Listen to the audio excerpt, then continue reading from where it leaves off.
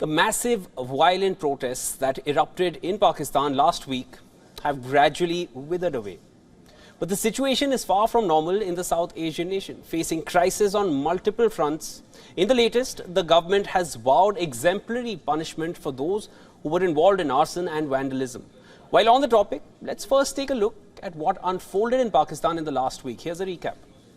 First, former Prime Minister Imran Khan's arrest from the premises of the Islamabad High Court. The event immediately triggered violent protests across Pakistan. The unusual target of these protests were the army establishments in Pakistan. The corps commander's house in Lahore was broken into and vandalized, even looted of stuff like korma and coke. Crowds also broke into the army general headquarters in Rawalpindi. Even an airbase was targeted and dummy fighter jet was set ablaze. All of this continued for more than 2 days before the Supreme Court finally stepped in, granting relief to Imran Khan. Pakistan Prime Minister Shehbaz Sharif called these protesters terrorists. Addressing the National Security Council meeting on the situation, Shehbaz Sharif called for toughest punishment to the vandals so as to set an example for the future. Now, this comes in the backdrop of the army to try the arsonists who attacked army establishments under military laws. The stringent laws include the Pakistan Army Act and the Official Secrets Act. Some politicians have warned against the move, saying it will set a bad precedent. The Amnesty International has also urged Pakistan not to try civilians under military laws, calling any such move a violation of human rights. Meanwhile, the Lahore police nabbed the alleged arsonists involved in the siege of corps commander's residence. The police also released confession statements of some of those arrested.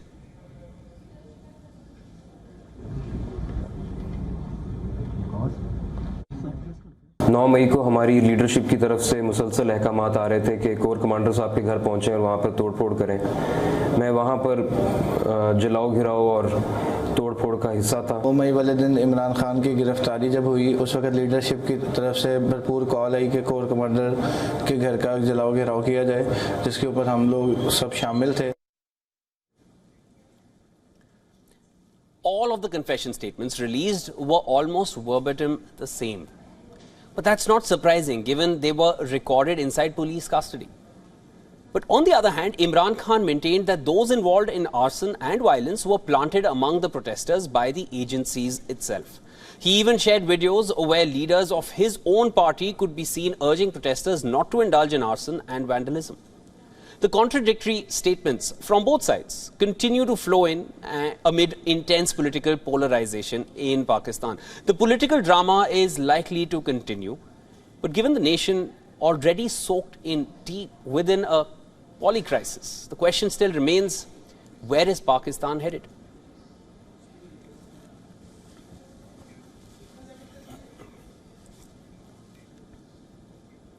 For more on this, we're being joined by our Pakistan Bureau Chief, Anas Malik.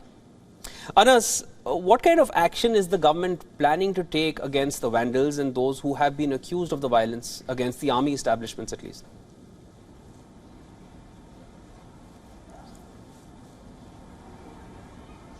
Well, we just heard, Shivan, you were asking me that question, the official statement from the National Security Committee is out. This was the topmost hurdle of military leaders and the civilian leaders, which had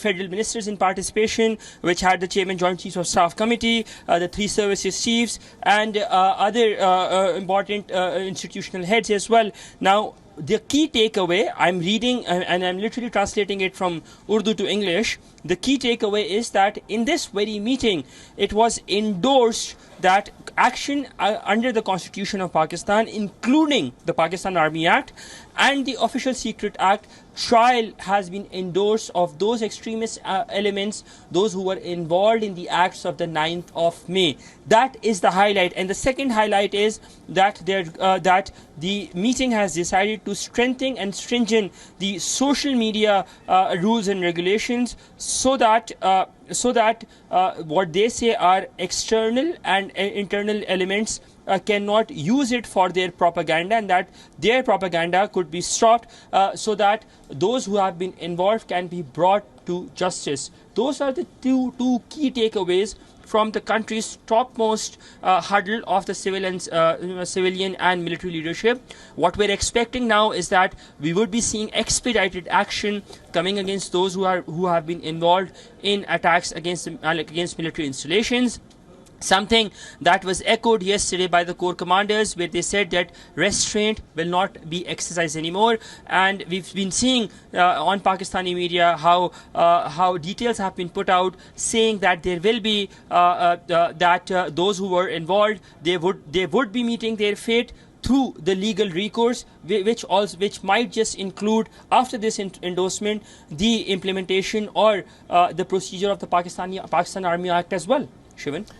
Right, so the Official Secrets Act, which will be imposed, and there will be a crackdown on social media rights to begin with. Let's see how things unfold. Thank you for all those updates, Anas. That was Anas Malik joining us from Islamabad.